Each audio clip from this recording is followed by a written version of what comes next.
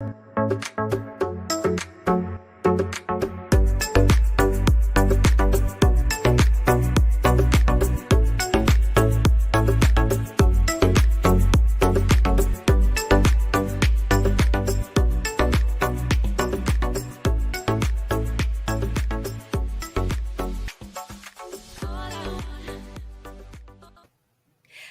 morning, everybody. This is Lorraine.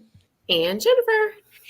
And this morning, I want to talk about a little bit of magic. Magic is good. Magic Close to is, Christmas. you know, um, with digital marketing, you can create this illusion, and that's really all magic is it's an illusion of intimacy. hmm You can make, because at the end of the day, your customers want to feel special. They want to feel like it's a one-on-one interaction. Yeah, yeah. Even though it might not be. Even though it might not be, because let's face it, if you're dealing with hundreds of customers or hundreds of prospects, having a one-on-one email interaction or phone call or whatever, you can't do it.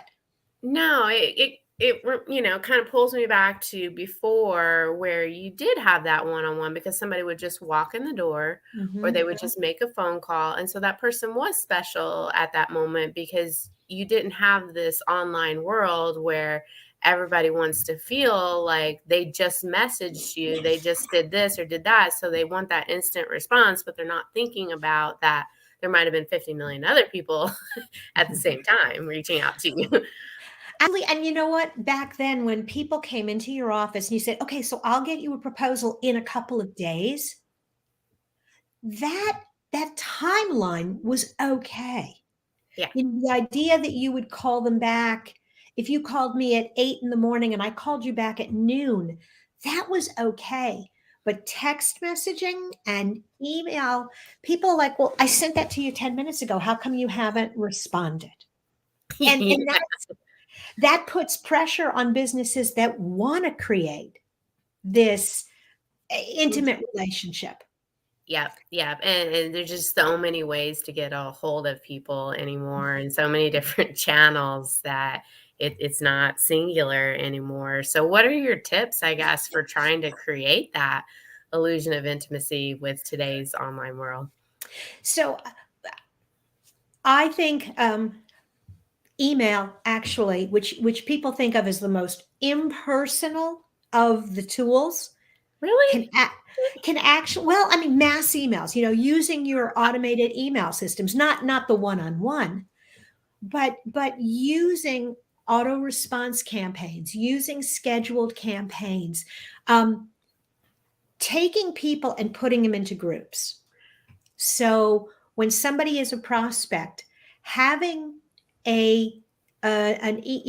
filling in their profile. So it says John Smith, this, maybe conversation date and what you talked about, Yeah, web design. yeah, So now you've got an email campaign that has auto response fields. right. So it automatically says, hi, John, enjoyed our conversation on the 12th.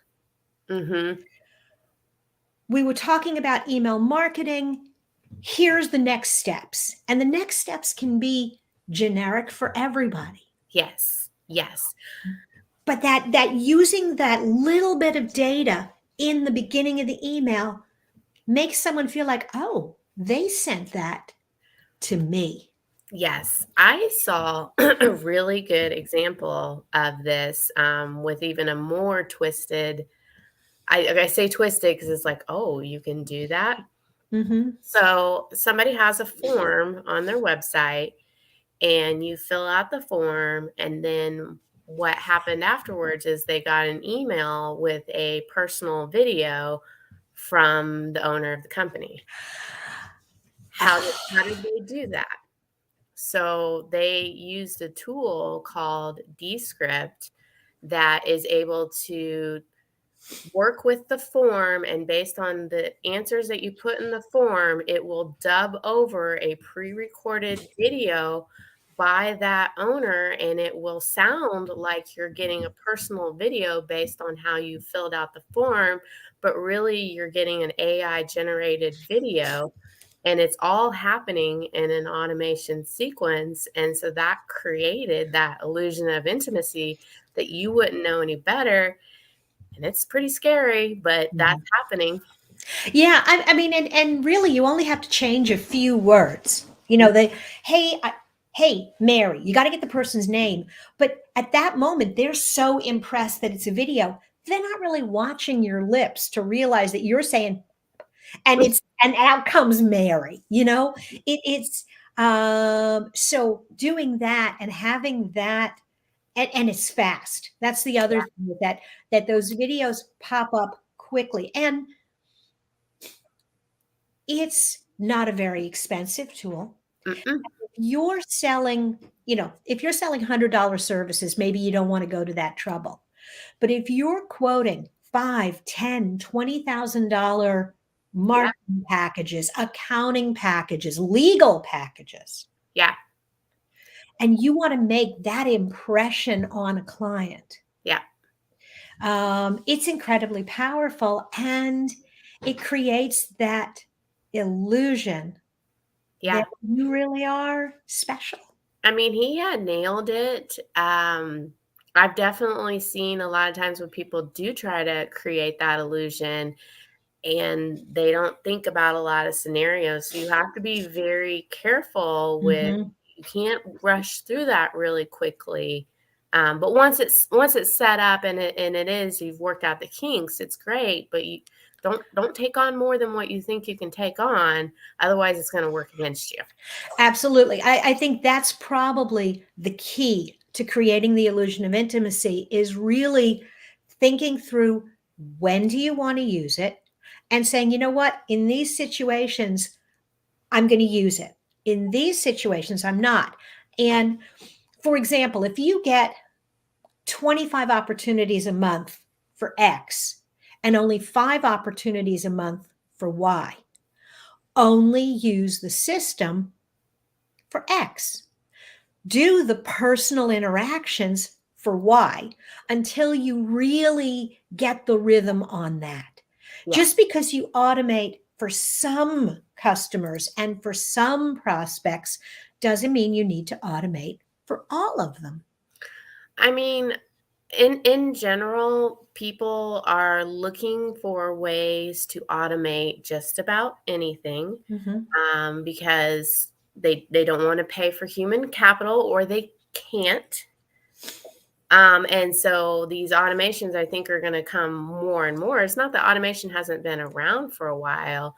I think if you're in a service industry, though, we are looking for more of that because either people are not available to Mhm. actually help or the revenue is not there to actually help. Just be careful on those and make sure you are still delivering the same level of service. Absolutely. One of my favorite examples, and this is where you have to intersperse real engagement with the automation. You can't rely completely on automation. When I would do a proposal, I had 4 emails that went out over a period of time for a web design. And sometimes I would get an email back from someone who would thank me and ask a question because they thought the email was coming directly from me. They didn't realize it was automated. And so in that moment, I would either jump on the phone or send them a response email. But the other thing that I always had to remember to do was if I sold the project before the end of the automated stream, I needed to take them out of that mix. Yeah. There's nothing worse.